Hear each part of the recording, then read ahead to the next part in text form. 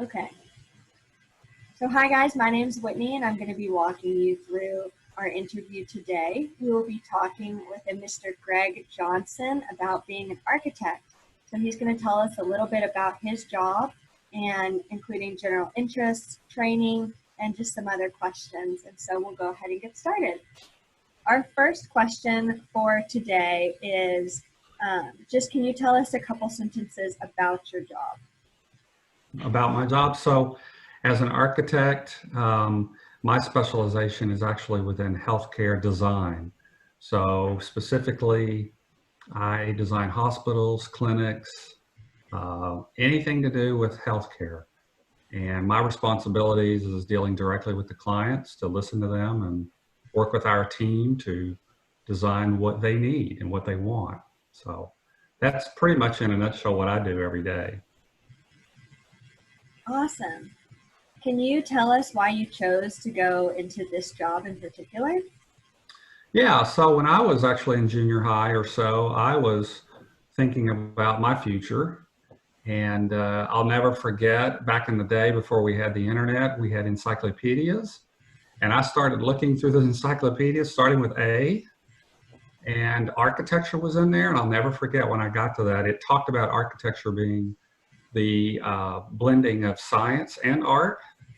And that really intrigued me. So that kind of set me on a journey of looking more into how I could use my strengths, because I loved art and I was pretty good at math, pretty good at science. And so I looked for something that would hopefully give me the opportunity to blend all of those. And that's the main reason I started looking into architecture. So I know a lot of our students really like art in general. I think most students, especially in elementary and middle school, love art. And so can you tell me just briefly how that plays a role in your job? Sure. I think architecture is definitely a blend of science and art. And the art part is being able to be creative. I think sometimes we underestimate, or I did, how you have to be creative in architecture and in any problem solving. So growing up, I was given the opportunity to just enjoy any kind of art. I won several art contests with painting, for example. And I was also enough of a realist to at least know that it's hard to make a living as an artist, you know, when I got older, but I still wanted something to do that I could use that creative side. So then that's probably, I lean more on my creative art side now than I ever have within my role in architecture. That's great.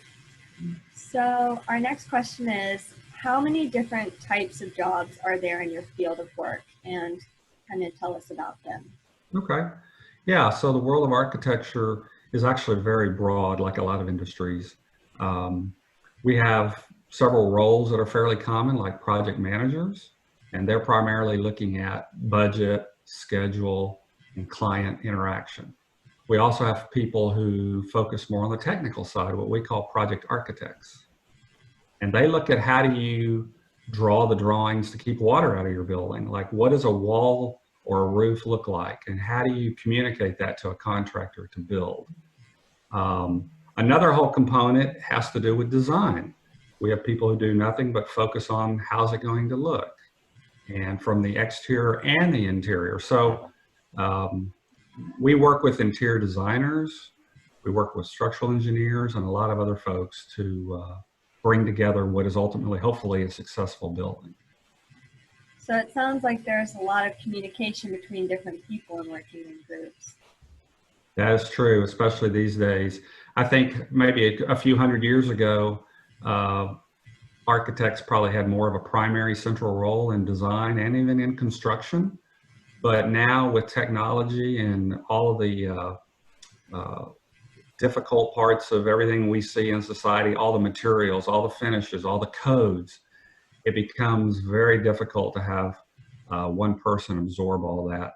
The architect is still typically the leader of the team, and we have to know a lot about each discipline, but the truth is it's become so complex that we have to rely on a lot of different people, and we have to be able to communicate clearly what we want and need to march to the beat of our client to give them what they need. So. So does your job take any special talents or skills? Um, I think it does. Again, I mentioned the mixing of being able to be right-brained and left-brained as much as reasonable, mixing the art and the science. Um, and I think at the heart of that is our ability to be problem solvers. And what I mean by that is a client will come to us and say, I think I need a new ICU, as an example. And we have to have creative ways to address that. And we have to be able to thinking about putting ourselves in their shoes and to be able to solve that problem, so to speak. And we may not think of it as a problem in the traditional sense, but as a designer, that's how we look at the world. I see an issue and I look for ways to resolve it with my clients. So that's probably the most important thing. And I think also being very patient, because again, we live in such a complex world now that I think as an architect, you have to be very patient and know how to interact and communicate with a lot of different people in a successful way. Great. What are some other interesting jobs that might be related to yours? Well, I mentioned interior design. We work with interior designers a lot. We also work with mechanical, electrical, and plumbing engineers and structural engineers. Those are probably the top 5 different groups that we interact with a lot. So in a typical building, I have to coordinate the work between mechanical, which is like air conditioning, plumbing, which is, bathrooms and things like that, and electrical, obviously to keep lights on and to have electrical outlets and things like that. So all of those are jobs that I regularly interact with. I think sometimes we forget how many different things go into just creating one room. Um, can both men and women do this job well? Oh, absolutely. That's one of the things I love about architecture and design. There's really no boundaries or limitations. It's about creativity. It's about expressing yourself. It's about thinking about your client. I think all those things are things that, regardless of your gender, you can be very successful. In fact, in our company that I work for, we have 6 partners. We have about 35 employees, but of the 6 partners, 3 of them are female right now, and 3 are male. And again, for us, it really doesn't matter. It's about how good are you at what you do? And there are no limitations within architecture. I encourage anybody and everybody who has that kind of interest to consider looking into it. Thank you. So now we're going to have a couple questions on education and training. The first one is, does your job require high school, community college, technical college, or a 4-year college education? Yeah, so architecture requires that you go to at least through 5 years of college, but most of the states now are requiring a 6-year master's degree as a minimum. And once you go through and get that degree, you can then go out in the world, obviously, and start working. But then in order to become a licensed architect, you have to have, I believe it's still 3 years of experience after your 6-year degree. And then you're allowed to take the exams. There are a total of 7 architectural exams, and they each cover different facets of what we do as architects, from design to code, to laying out buildings, all kinds of things. So when you get through all of that, you can, if you pass those, you're then a licensed architect. Okay. What is the normal kind of bachelor's degree? What do people go into normally? Is there a bachelor's of architecture? I know a lot of students ask the questions. Yes, that's true. So the schools in the United States generally fall into 2 categories: a 4-year undergraduate and a 2-year master's. And that 4-year undergraduate can be everything from a bachelor's of environmental design to a bachelor of architecture, bachelor of arts, and then the 2 years after that in masters are usually a focused master's in architecture. The other way you can go is a 5-year undergraduate, which some people do now, and then you have a 1-year master's. So the total complement is typically 6 years, and you'll see a variation on those depending on which schools you look at and what they like to call it. Many of them do call it bachelors of architecture, but again, some call them Bachelor of Arts, Bachelor of Fine Arts, Bachelor of Environmental Design.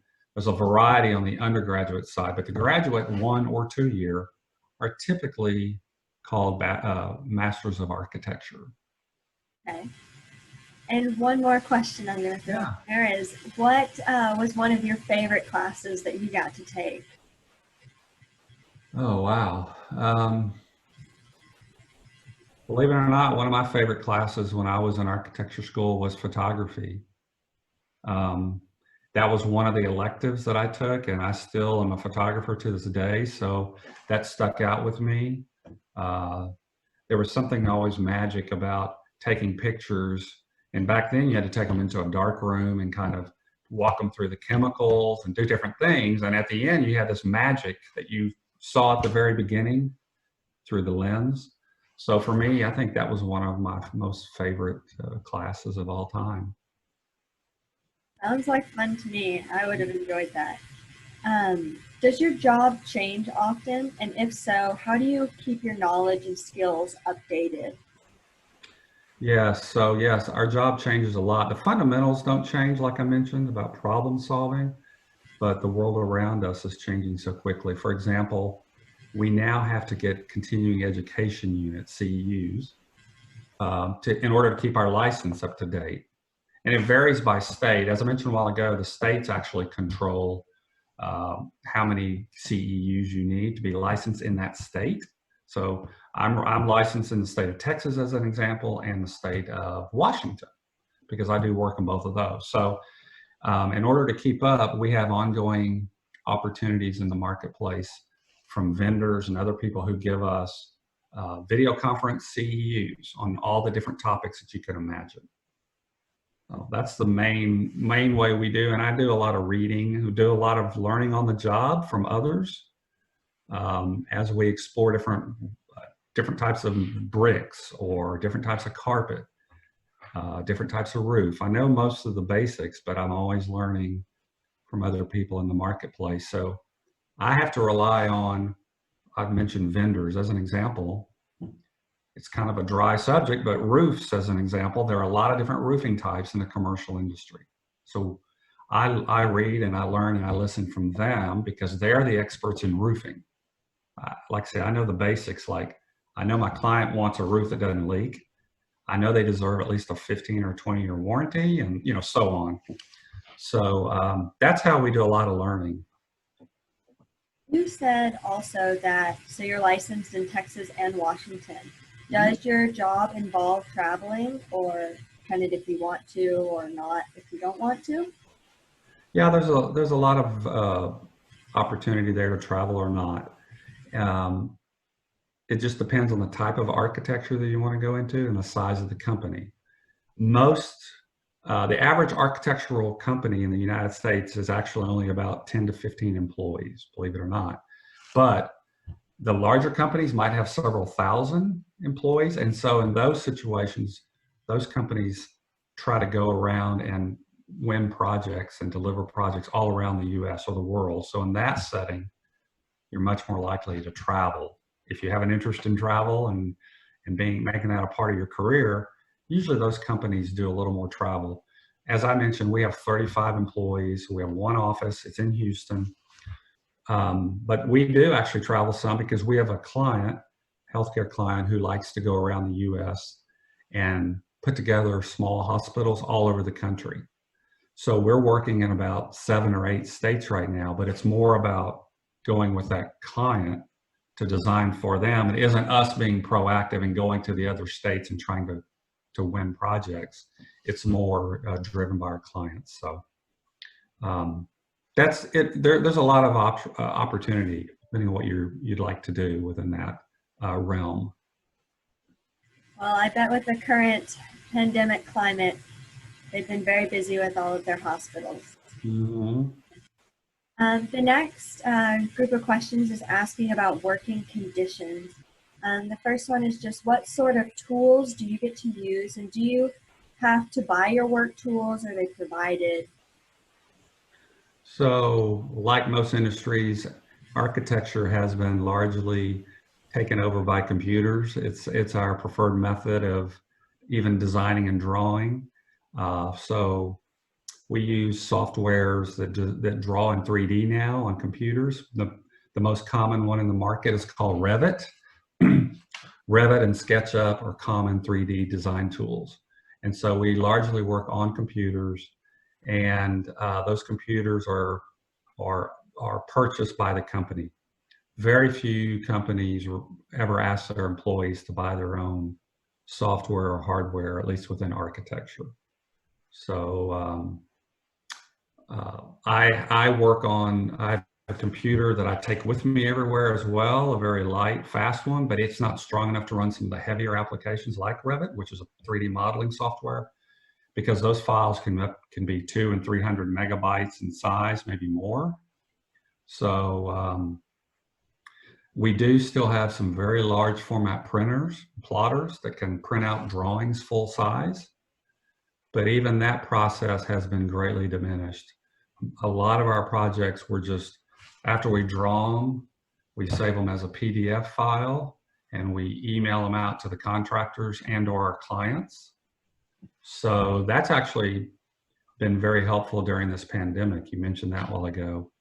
Well, the truth is, almost all of us are working from home now. And we have a very strong technology backbone in our company, thankfully. So it hasn't hurt us very much. We were able to still draw and then send our drawings out for our clients. So I only have to go in the office maybe once every week or two. And usually that's to print out a drawing or something very minimal. So that's kind of how we're working these days. Okay. What is your normal, prior to the pandemic, what does your normal day look like? Well, our particular company works 4.5-day work weeks. So Friday afternoons are what we look forward to when we're not working. But a typical day is I would drive in and get there. I'm an early riser, so I would be in their office early, like at 7 a.m. instead of 8:30 when we formally open. And a typical day is reading a lot of emails and responding to a lot of emails. I'm also working with multiple project teams in my office to make sure that their drawings are being drawn appropriately and that we're keeping our schedules. I'm talking to clients a lot out in the marketplace about our schedules, our budgets, our fees, other things that relate to how we're going to deliver our services to those clients. So, but pre-pandemic, I was doing a lot of different things every day, up and down a lot. I would drive around the city for various project sites to talk to clients or to look at construction. And that's one of the things I've missed the most. I don't get to go into hospitals nearly as much as I used to because they're much more restrictive now. But I would go and look at the construction under progress to make sure that it was being built the way our drawings showed it. So that's pretty much, in a nutshell, what I would do every day. It's a lot of variety, a lot of different things. That's great. I think a lot of people, when they're looking at careers, they don't want to be just behind a desk. They want to be doing different things, different activities, moving around, and so that's good to hear. Do you work with other people or mainly by yourself during these different activities? I mostly work with other people. I do a few activities on my own, like when I'm writing a proposal, give to a client for a new project. I'll do what's called a work plan, which is an Excel spreadsheet based approach to how many people are we going to need on a project at their cost or the rate, what they get paid. So sometimes I'll work like that very independently. Other times I'll work with project teams where we'll call meetings and we'll sit around a big table and look at the latest drawings. And those project teams could include the architects within our company. They could include the engineers I mentioned a while ago, mechanical, electrical, plumbing, structural. So there's a variety of ways that I work. Sometimes I'm presenting. I present regularly at, whether it's at a national conference in front of thousands of people, or working with clients in a room of 20 or 30 people, depending on the context for that particular project. So it's a big variety. Awesome. So the next and last category is just questions on money and salary. Is how much money do people in your type of work generally make? Mhm.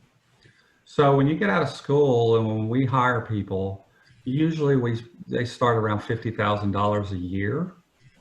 That's a starting point. And then usually if everything's humming along like it has been traditionally, you could expect a 3 to 5% increase in your normal salary every year.